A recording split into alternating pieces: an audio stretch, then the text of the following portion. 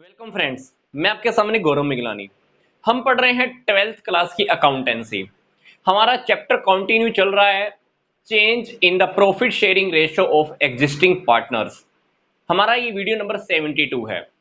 Video number 67 से लेकर video number 71 आप एक बार देखिएगा, क्योंकि उसके बाद हमको ये क्वेश्चन सोल्व करना है। ये क्वेश्चन आपको तभी अच्छे से समझ में आ पाएगा।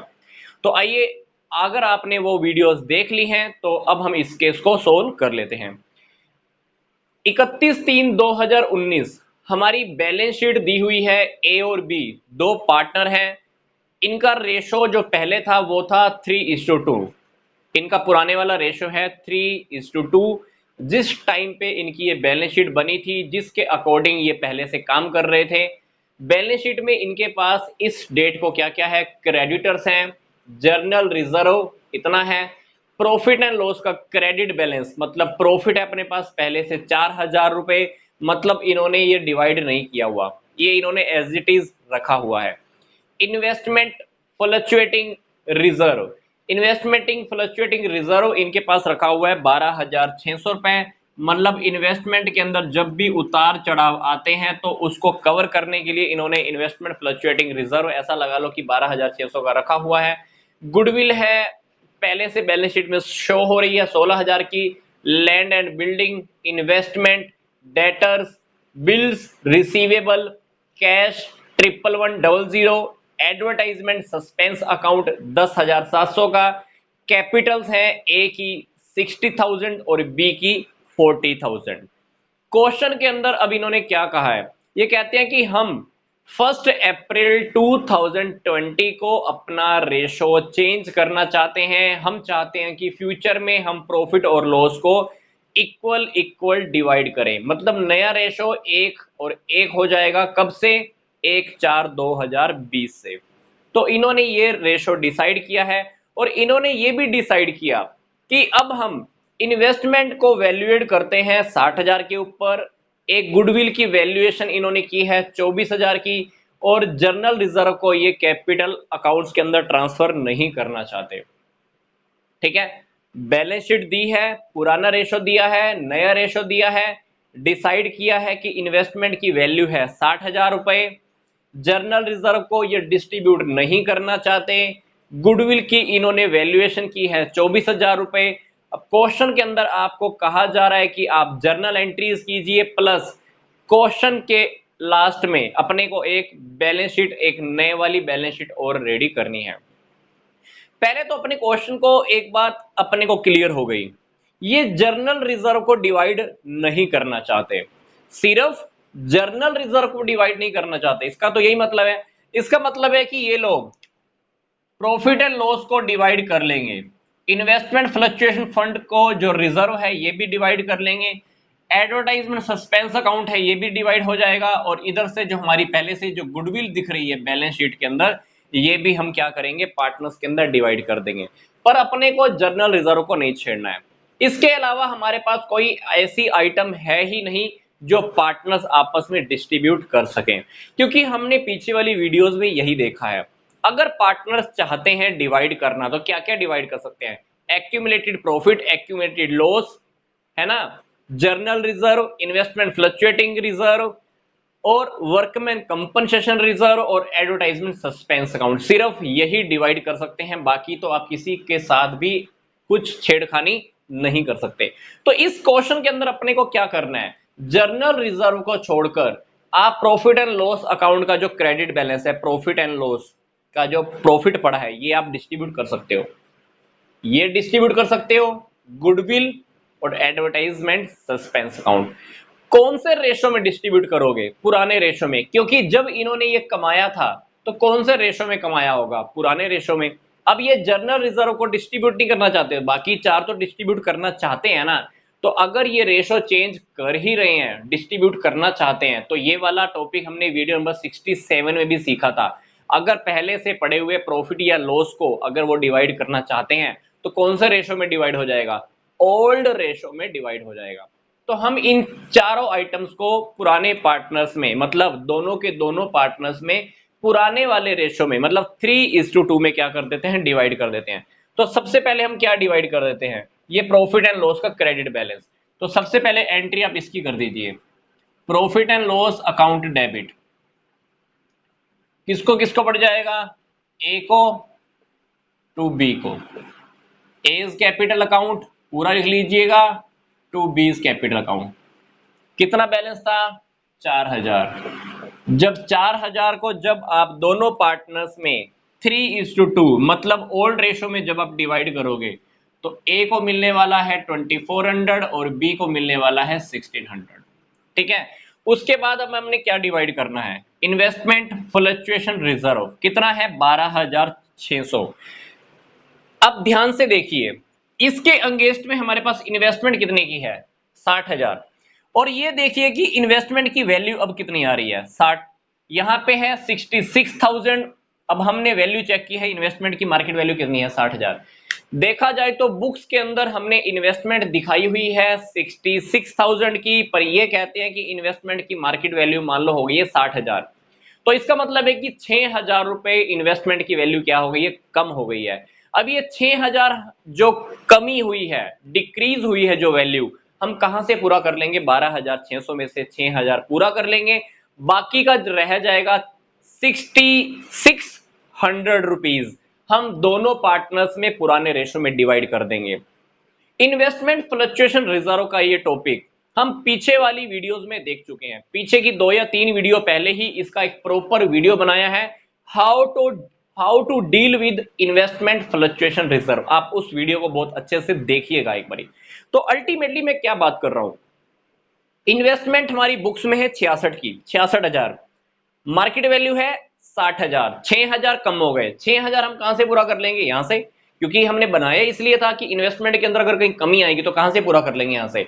तो 12,600 में से डेफिनेटली आप 6,000 तो पूरा कर ही सकते हो, बाकी का रह जाएगा 6600। वो किसका है, दोनों पार्टनर्स का है। वो दोनों पार्टनर्स के अंदर आप ओल्ड रेशो में डिवाइड कर दीजिएगा। तो इसकी अब हम जर्नल एंट्री कर लेते हैं, investment fluctuation reserve account debit कितना है, 12,600। इन्वेस्टमेंट के अंदर आप 6,000 डाल दीजिए, क्योंकि इन्वेस्टमेंट आपकी 6,000 से वैल्यू कम नजर में आ गई है। अब 12,600 में से हम 6,000 तो पूरा कर ही चुके हैं, बाकी रह गया 6600। इस 6600 को हम क्या करेंगे, दोनों पार्टनर्स के अंदर हम डिवाइड कर देंगे। कौन सा रेशो में डिवाइड कर देंगे, 3:2 के अंदर। जब आप डिवाइड करोगे तो अपन ने क्या लिखना है, to A's capital account to B's capital account. कितना कितना अमाउंट आ जाएगा, बाकी का रह गया 6600, 3960 और बाकी का रह गया 2660। मतलब ये बाकी का अमाउंट क्या था, 6600 था, जो मैं आपको बता रहा था। 12,600 में से 6,000 मैंने यहां पूरे कर दिए, बाकी 6600 क्या हो यहां पे कंप्लीट हो गए। ठीक है, हमारा ये टॉपिक कंप्लीट। नेक्स्ट देखिए, गुडविल पहले से जो बुक में शो हो रही होती है, गुडविल पहले से जो बुक्स में शो हो रही होती है, बैलेंस शीट में जो दिख रही होती है, उसको हम क्या करते हैं, पुराने पार्टनर्स में पुराने ही रेशो में डिवाइड कर देते हैं। तो ये हमारी एसेट है, इसको भी लगा लो कि एक किस्म से हमने खत्म करना है। खत्म करना है तो क्या करेंगे, ये गुडविल का डेबिट बैलेंस है, इसको खत्म करेंगे तो गुडविल क्या हो जाएगी, क्रेडिट हो जाएगी। अगर गुडविल क्रेडिट हो रही है तो बाकी के जो पार्टनर्स हैं उनकी कैपिटल अकाउंट क्या हो जाएंगे, डेबिट हो जाएंगे। तो अपन ने क्या करना है, A's capital account debit, B's capital account debit, क्या करेंगे, टू गुडविल अकाउंट। ये किस्म से फिक्टिशियस एसेट होती है, वो क्या करेंगे, अपन ने दोनों पार्टनर्स में डिवाइड कर दिया है। कितने की है ये, 16,000 की है। आप दोनों पार्टनर में डिवाइड कर दीजिए, इसको मिल जाएगा 9600, इसको मिल जाएगा 6400। दोनों पार्टनर्स में 3:2 में गुडविल भी डिवाइड हो गई। चौथी चीज, एडवर्टाइजमेंट सस्पेंस काउंट, कितना बैलेंस है, 10,700। दोनों पार्टनर्स में आप डिवाइड कर दीजिए।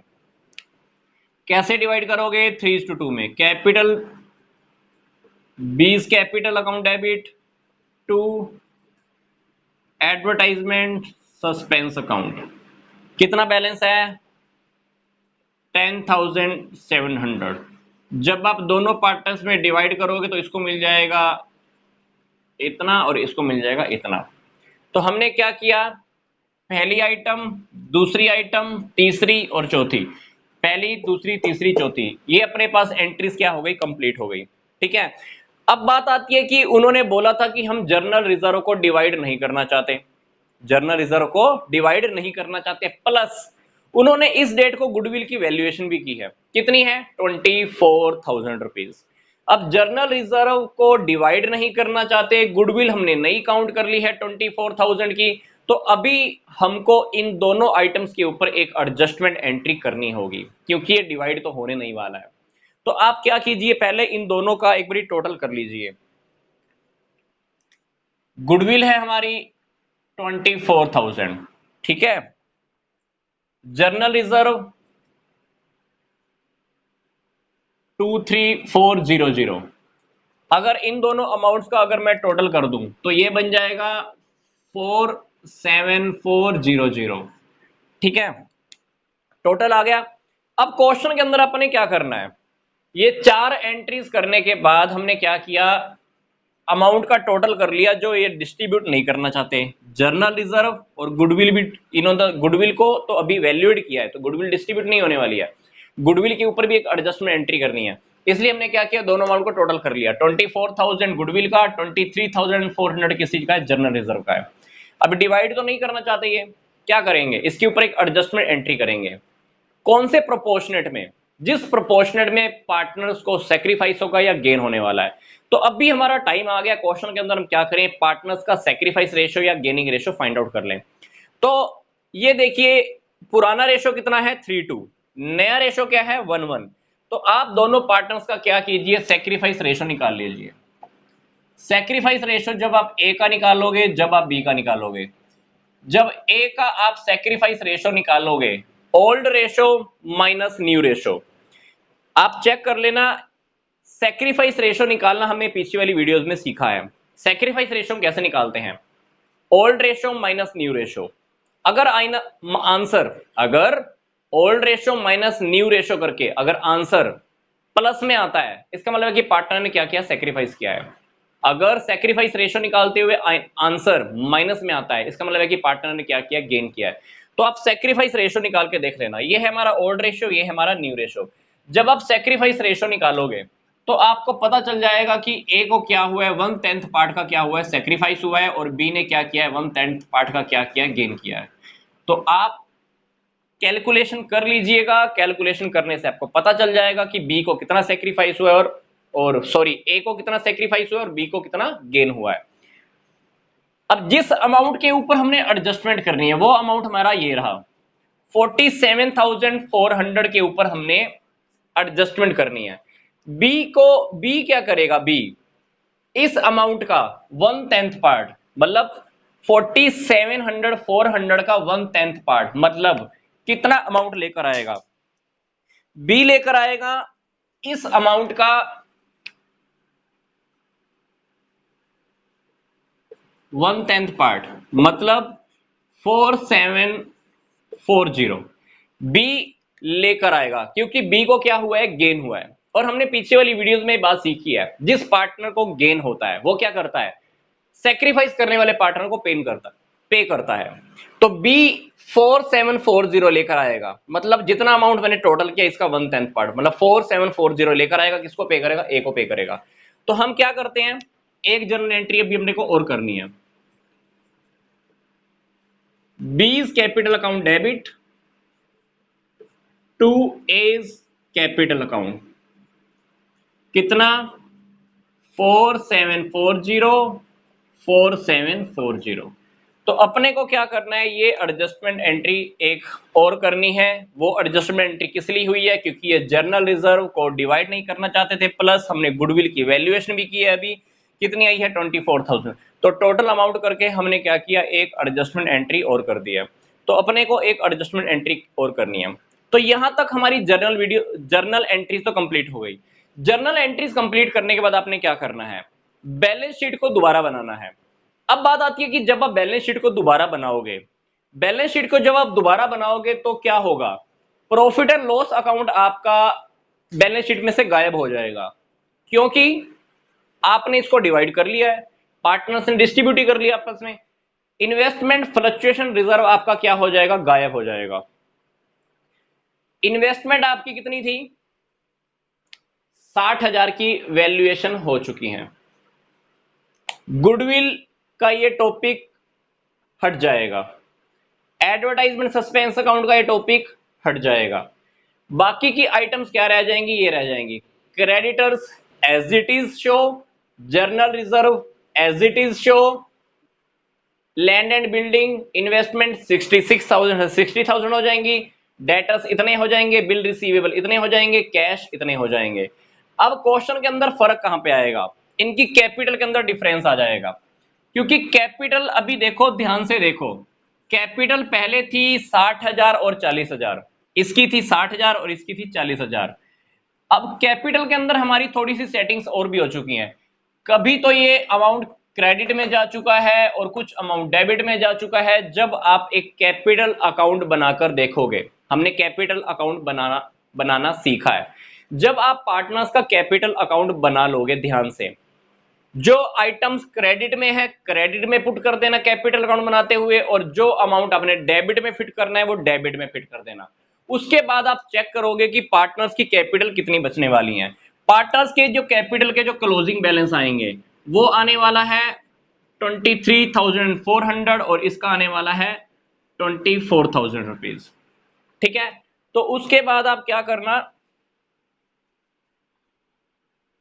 जब आप कैपिटल अकाउंट की पूरी सेटिंग कर लोगे, सेटिंग करने के बाद क्या आने वाला है, ये हमारा अमाउंट आ जाएगा 55080 और इसके बाद जो हमारा इनका जो बैलेंस आने वाला है वो आने वाला है 2820।